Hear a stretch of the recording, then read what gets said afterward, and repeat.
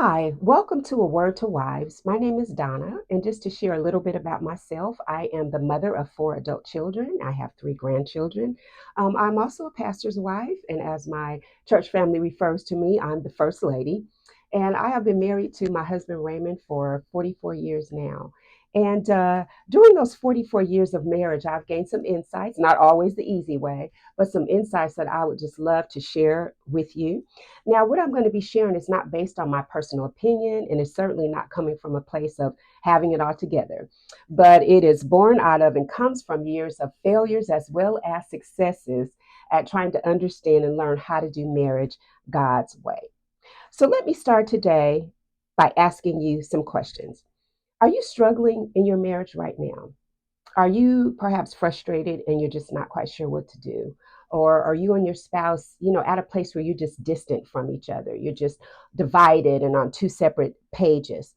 Well, if you answered yes to any of those questions, I want you to know that you're not alone. As Raymond and I share with couples and counsel couples, we find that this is very common. This is a very common place for couples to find themselves.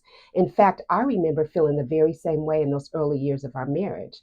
Raymond and I got married just 2 months after my 19th birthday. So, of course, I was very, very young, didn't know a whole lot about life, but I knew one thing, and that was that no man was going to tell me what to do because I had a mind of my own and I wanted to do things my way. So, as you can imagine, we bumped heads. I mean, big time. We had a full blown war going on. And of course, we were both at fault. We both had issues that we were bringing to the table, but I couldn't see how what I was doing was contributing to the issues in the marriage. My thinking was, God, if you just fix that man, everything in this marriage would be okay. But over the course of time, God began to show me that, Donna, even if I did fix the man, everything in the marriage wouldn't be okay because I needed to take my focus off of my husband and place it on God and understand how to do marriage God's way. And as we begin to commit to doing marriage God's way, things begin to change in our lives for the better. Things begin to change. And that's what I want to talk to you about today, doing marriage God's way. You see, I firmly believe that God is the architect of marriage. It's his idea, it's his design. And so it only works when we follow his plan, we do it his way. So I pray that the things that we're going to be talking about will be of help to you, that it will be a starting point to getting your marriage on track, and perhaps even, hopefully close the distance between the two of you. So there's 4 points that I want to bring out, and then I want to close with giving you some action points that I hope you will follow up on. Well, since marriage is a God thing, he's the one who determines how it works best, right? And so our first point is understanding God's design for marriage. I think many couples today are confused. They just don't have a clear idea of what their roles and responsibilities are. And so they don't know what to do and they're confused. And with that confusion comes frustration. I mean, we meet someone, we fall in love, we get married, and then we attempt to have a good marriage apart from understanding how God designed a husband and wife to relate to each other in marriage. Well, the Bible teaches us that God has given husbands and wives very distinct roles and responsibilities in the marriage. What are those roles? God has designated the husband as the leader and the wife as the helper. Those are our role assignments. They're foundational to marriage.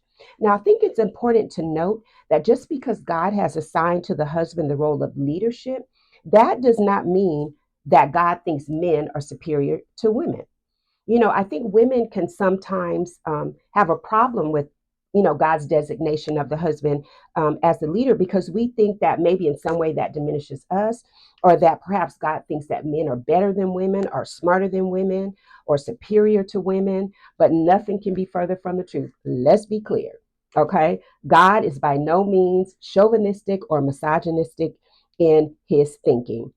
In fact, Galatians 3:28 tells us that God doesn't make distinctions between people. The verse says that there is no distinction between Jews and Gentiles, slaves or free people, or male or female. In his mind, in his heart, there is no distinction. And that was a revolutionary thought for that day because in the Jewish culture was very, very male dominant. And women were thought of like property, or as second class citizens. So when Jesus establishes equality between the sexes, that was a game changer. So God does not see men above women, nor does he see women above men. In his eyes, our value and our worth is the same, even though he has assigned us with different roles in the marriage. And that's for a reason. It's for the purpose of maintaining unity in the marriage. And unity is vitally important to God. See, a married couple who is unified is communicating something to the world around them about who God is. And so unity must be a priority. It's very, very important to God. Now, to get a deeper understanding of these role distinctions, we have to go all the way back to the book of Genesis. And um, in the book of Genesis, we find God creating. I mean, that's what God does, He creates. And so God determined that all of His creation was good. God then creates man and He places him in the garden to take care of it. Now, Genesis 2:18 tells us that for the first time, God finds something in His creation that He doesn't think is so good. He says it's not good that the man should be alone. So He had to do something to help the brother out. And what did he do? He gave him a woman, a helper. The Bible says he gave him a helper that is fit for him or suitable for him or that corresponds to him. So that's God's design for marriage: husband as leader, wife as helper. So the second point I want us to look at is to understand the wife's role of helper, because I understand that that term helper can be very unpopular. It could be misunderstood. It could even be offensive to some people. Because when we hear that someone is a helper, we tend to associate it with words like, um, being inferior, being some kind of servant, being a flunky. I mean, at best, an assistant or a sidekick. That's how we tend to think of helper, someone who kind of takes a back seat to the other person. But context is everything, isn't it? Context is everything. Context matters. And in this context, helper is not at all a demeaning or inferior term. In fact, in the book of Psalms, chapter 54:4, God uses this very term of helper to refer to himself. We're told that God is our helper. And it's used in the same sense. It's used in the sense of one that comes alongside, that helps, that empowers. And the same is true of a wife. I came across this quote several years ago that I really appreciate the way it defines helper. And it says this: a helper is not simply an assistant to someone who is competent, but is someone who enables a person who is otherwise incapable. Did you get that? Let me read it one more time. A helper is not simply an assistant to someone who is competent, but is someone who enables a person who is otherwise incapable. I love that. So we see that helper is not a negative term, but it's actually a positive, empowering term. It is a title of honor and worth, and it actually has an exalted quality to it. See, we wives were designed to come alongside our men to help them and empower them to do what they need to do, just like God empowers and helps us to do what we need to do. So that tells me something. That tells me that our men need us. And in fact, they can't adequately do what they need to do without us. So, as a wife, you were not designed to move ahead of your husband and to try to lead him, nor were you designed to lag behind him as some kind of sidekick. You were designed to walk beside him and help him and support his leadership. In fact, you should be his most powerful ally. His most powerful ally. Well, I want to reiterate this point again because I think it's really important, and I want to make sure that this comes across. But again, God's designation of the wife as a helper is a necessary, empowering position. Okay, don't ever think that because you are your husband's helper, that means that you are less than or that you have to take a back seat in the marriage. Okay, don't ever think that being a helper means that you have to dumb yourself down in some way. No, absolutely not. But it's about bringing together all that you are: your intelligence, your education, your problem solving abilities, your organizational skills, all of that you bring together to work with your husband, to come alongside, to help him. As I said, my husband is a pastor, and of course, he has a lot of responsibilities. And so, what I try to do in the home is take some of the burden off him. In the sense of taking over things like the finances and the repairs in the home and things like that. That's just a couple of the things that I do to help him. some of many things that I do to help. But anyway, that's my way of coming alongside and helping my husband. It may look different for you according to the needs of your household. Again, according to God's design for marriage, you have the role of helper to your husband. The third point I want to bring out is for us to understand the husband's role of leader. What does that mean? As I said earlier, context is everything. So it's important to clarify what leadership means in this context. Because when we hear that someone is the leader, we tend to associate it with being a boss or a owner or a ruler or the one who is large and in charge, you know. But biblical leadership doesn't mean that a husband is the boss of his wife. It doesn't mean that he's the big baller shot caller and what he says goes, no questions asked. Absolutely not. In this sense, leadership is defined as being a servant leader. Okay, a servant leader. It means one who is a protector, one who is a provider, one who is a developer of. It's a leadership that's Christ like. A leadership that's Christ-like. Being the leader doesn't mean being a dictator or a tyrant. It doesn't mean he gets to, march around pounding his fist on the table, telling everybody to bow down to his wishes. Okay, that's not what biblical leadership is all about. Neither does it mean that he just makes all the decisions and you just go along with it without any input. No, a leader in this sense is one who is a lover, one who is a protector. It's leading as Christ leads us, patiently and lovingly. A husband is not to be heavy handed with his wife and his family, but he's to lead by example. He should take the spiritual leadership in the family. He should take responsibility for the family, provide for the family, and with the help of his wife, establish the direction that the family should go in.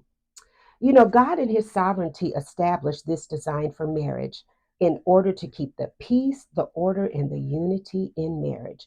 Without the husband that leads and the wife who helps and support, you will have nothing but chaos on your hands in your marriage.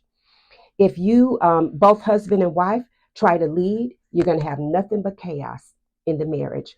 Or if both of you take a passive back seat, you're going to have chaos in the marriage. In doing marriage God's way, we must clearly understand the distinct roles that God has assigned to us and work together like teammates. Okay, we're on the same team. My husband was a former basketball player back in the day. He played in high school, he played in college, and he loves the game. He loves basketball. And, during basketball season, we watch basketball. And I've watched a lot of basketball over the years. But my first introduction to basketball was the Showtime Lakers back in the early 80s with Kareem Abdul Jabbar, Magic Johnson, James Worthy. And they were an amazing team. I enjoyed that introduction to basketball. It was fun. And I enjoy watching basketball with my husband. But the thing about that team is they were great. Not only because they were talented players, but because they each knew and understood their various roles and they committed to function in those roles to the best of their ability. And that's necessary for any team who wants to achieve greatness. And if you want to achieve greatness in your marriage, you too must understand your role. You must understand God's design for marriage and how He has called you to function in that. Your role, husband as leader, wife as helper. The fourth point I want to real quickly bring out is this: no marriage is just standing still. You are either moving toward each other in unity or you are moving away from each other and you're divided. Okay? There is no marriage is static. No marriage is just standing still. No marriage is self-sustaining. So don't make the mistake of thinking that your marriage will just take care of yourself. Doesn't work like that. You can't just put your marriage on autopilot and think that you're going to have a healthy marriage. It doesn't work like that. What determines the state of your marriage and whether or not it's divided or unified is those moment to moment, moment by moment, daily choices that you make to do marriage God's way. So if you establish and honor God's design for your marriage, you are laying that right foundation to build your marriage on. So if you do feel frustrated right now, again, if you're struggling and you're not sure what to do, I encourage you, choose to do marriage God's way, and you'll be on the pathway to a unified, satisfying marriage. Not a perfect marriage, but a unified, satisfying marriage. Well, in closing, I want to invite you to consider these three action points. Now, this is going to call for some real grown woman stuff. Okay, we're going to have to level up here. Number one, go to God and ask Him to help you to be the wife that He desires you to be. Ask him to show you where you've been contributing to the problems in the marriage. You know, when things are difficult in marriage, it's very, very easy to focus on your spouse and what they're doing, what he's not doing. Like I did, I'm saying, God fixed him, but I wasn't, taking stock in what I was doing. And so that happens very often in marriage. So, um, uh, and with that, we can overlook our own. So we focus on our spouse, but it's real easy to overlook what our own faults and our own issues are. And so I encourage you, ask God to show you where you need to work, what you need to work on. Take personal responsibility, own your own stuff. Don't focus on your spouse. The second thing I want to encourage you to do, go to your husband and confess those things that God has shown you and ask for his forgiveness. And I know this is not easy. It's not easy, and especially if the marriage has been in a real, bad state, that could be difficult to do. But it is an important, necessary step to moving forward. And when you do that, and I hope that you will, I'm encouraging you, have no expectations. I mean, we know that when a marriage is struggling, of course, it takes two. It's both of you. And I'm sure there are things that he needs to apologize for as well. But I'm just encouraging you to have no expectation. Just be willing to own your own stuff and leave him to God. God will deal with him when you choose to do the right thing. But if you focus on him, you're going to become irritated and frustrated, and you're going to be all the way back at step one again. So I just encourage you, focus on doing your part. And then the third thing, be open to and continue to educate yourself on how to do marriage God's way and commit to doing it His way and not your own way. We hear a whole lot of voices from our culture telling us, as it relates to marriage, what to do, what not to do, how to behave, what you should put up with, what you shouldn't put up with, what to expect, what to demand in marriage, and so forth. But I'll tell you this, if you're following advice, or you're doing marriage in a way that's not rooted in God's word and God's way, I'll guarantee you this, it will fail. It will fail. In fact, it will be an epic fail. I want you to know that God has an amazing plan for your marriage. And his dream for the greatness of your marriage is far bigger than your hopes and dreams for your marriage. Remember, marriage is a God thing, and it only works when you do it his way. What's his way? Again, it's foundational. Husband is the leader, wife is the helper. Well, this is a word to wives. I truly hope that it's been helpful to you. Please comment, like, subscribe, and I hope that you'll join me next week as I continue to share more insights with you. Thank you. Bye bye.